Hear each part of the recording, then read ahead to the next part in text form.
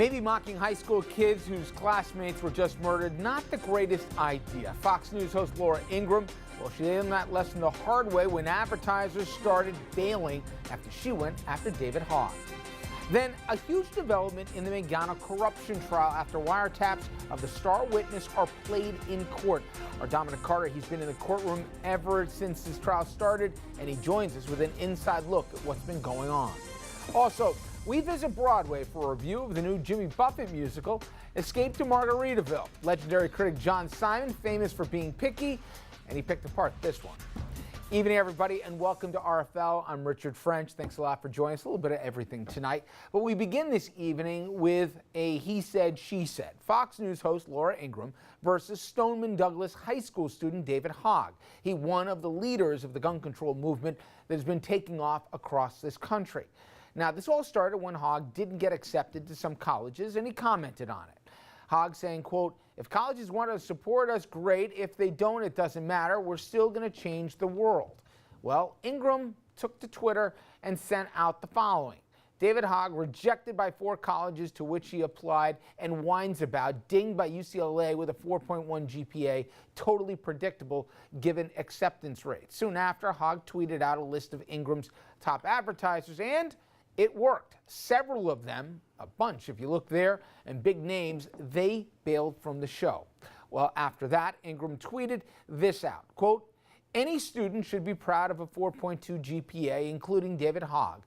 On reflection, in the spirit of Holy Week, I apologize for any upset or hurt my tweet caused him or any of the brave students of Parkland. For the record, I believe my show was the first to feature David immediately after the horrific shooting, and even noted how poised he was given the tragedy. As always, he's welcome to return to the show anytime for productive conversation."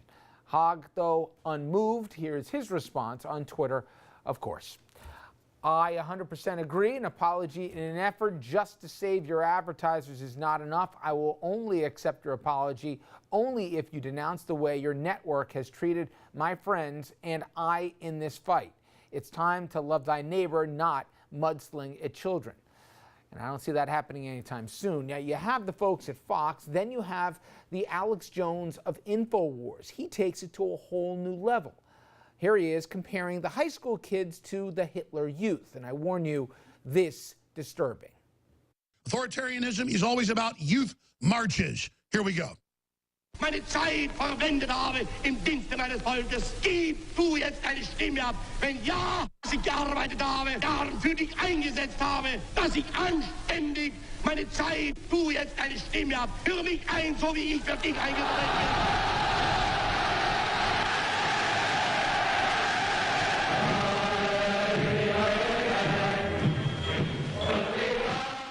Okay, and if you're saying, Rich, why are you showing me this lunatic or giving me any credibility? Trust me, you'll see where I'm going with this in a second. It's hardly the only vile thing that Jones has done. He's the same guy who said the Sandy Hook massacre was a hoax. 9/11, he claimed, was an inside job perpetrated by the U.S. government, and more. Just one more sample if you're not convinced that this guy is basically the bottom of the bottom. Everyone's having their water poisoned. Everyone's having deadly vaccines pushed on them.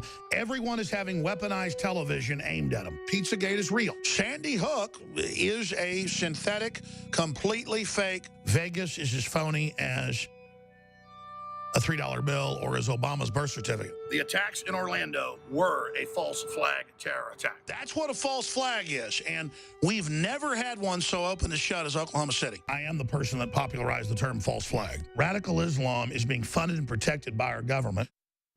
Okay, now I mention all this because you would think somebody running for president would avoid that guy like the plague. Donald Trump did not, and believe it or not, he still is not. Trump appeared on Jones's show during the campaign, and now Trump's re-election campaign and the RNC, the Republican National Committee, they reportedly have an ad running on InfoWars. Now, I want to bring in our panel here. We got conservative strategist Bill O'Reilly, Dominic Carter, political journalist and author, and Andrew Whitman, our senior political correspondent. Okay, we've always had crackpots in this country, maybe not as vile or as consumed as the nut and InfoWars here, but the idea that in some way, shape, or form they're being sanctioned or even courted for their audience by a national party and by this president, given what they've said, what he says about national tragedies and all the despicable things. And trust me, that's an hors d'oeuvre of what this guy does on a nightly basis. What's going on here, Bill? First, when I was watching that, the thought that I had was, I hope Pope Francis is wrong, because there needs to be a hell for a guy like this. That is disgusting, that type of video. You know, this is a really important conversation for people on the right. I wish we could do a whole show on this. Years ago, I worked with a woman who had just remarried, and she came and she said to me, "You have to meet my husband, Michael, my new husband, Michael. He's a real conservative. He hates everybody." And she meant it seriously. And I thought, I wrote a column on it at the time because I knew what she meant. There's been this move among conservatives where if you're not the angriest, if you're not the meanest and the most vicious back, then you're illegitimate as a conservative. The finest conservatives that I've known in my life are intellectuals. They're bright people, they're good people, and they argue on merit and they argue on principle. You could disagree with them, but they argue on cleanly. The stuff that you see from Laura Ingraham and Coulter, Dinesh D'Souza, the stuff that came out of that Dartmouth crowd is just mean. But more than that, it's counterproductive. It's destroying the credibility of conservatives. And it's destroyed the credibility of conservatives, and it gets worse by the moment. And it makes me ill to watch. And I should mention, Bill is one of the few people who put his money where his mouth is, and with consequence even to profession, because of this president. You left the Republican Party. You're a conservative still, and always proudly will be. But you and others, we've had Chris Shays here and others who kind of fit in the same thing. They don't recognize their party in many ways. They don't, and when you see clips like that, you wonder, okay, there's a certain type of people who are out there cheering, but are they ever going to persuade anybody to look at a national review, to look at another way of looking at things? No way. Where are the William Are they ever Buckley's going to talk in the to? party? Exactly. Right, yeah. Exactly. Well, they're not being listened to in that party, or they're not in the party anymore because they're not being listened to. Bill Look, Kristol is a perfect example. Right, yeah. right. But look, Alex Jones and what he said and what he stands for is despicable, and it's false, and it's inflammatory, and it's awful. Let's put that to the side for a second, because that's Trump's base, or at least a part of it. So you asked why Trump and the RNC would be advertising or would be sponsoring the Alex Jones channel. That's why. It's because they need to shore up their own flank and make sure that that group of people who are wrong and out there and orbiting Neptune somewhere, but they need to know that they're still being courted by this president. And so from a purely political standpoint, it makes sense. But why can't I argue, Andrew, that those people are going to vote for this president anyway? They're going to vote. They're certainly not going to vote for a Democrat. But will they vote?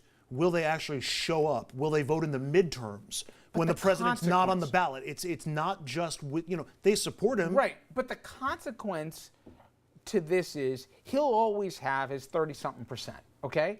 No matter what he's done last year, he's going to have it. But the numbers, Dominic, that I saw in terms of youth, youth always tends to skew left, and when they get older, they'll skew more to the right, as old adage, right? But it's like 3-1 that associate themselves with the Democratic brand. It's just like every ethnicity he's offended. You need a certain population if you're going to win something. It can't just be white guys. And that's why I say that this president, and I say this objectively, is going to lose the election, because his base is shrinking, and I don't care what magic he pulls out. The American people, in my opinion, are not going to go for the okie doke for round 2. It's not going to happen. Plus, you're going to have a Democrat that probably won't have the high negatives that Hillary Clinton did. Richard, I just want to focus for a second on this nut job, not the president, the nut job, Alex Jones, I think is his name.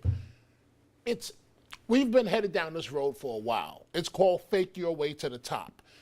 Yes, you've had nuts all along, but you now have people that the more outrageous. Remember, this nut job, this con man, was profiled on 60 Minutes.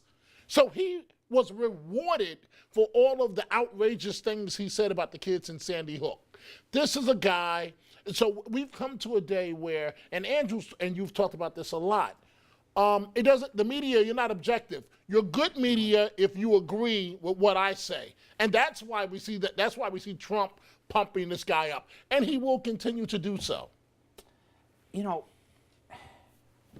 Bill, the thing is for me, to Dom's point, like I remember when David Duke ran for governor in Louisiana, right? Yeah.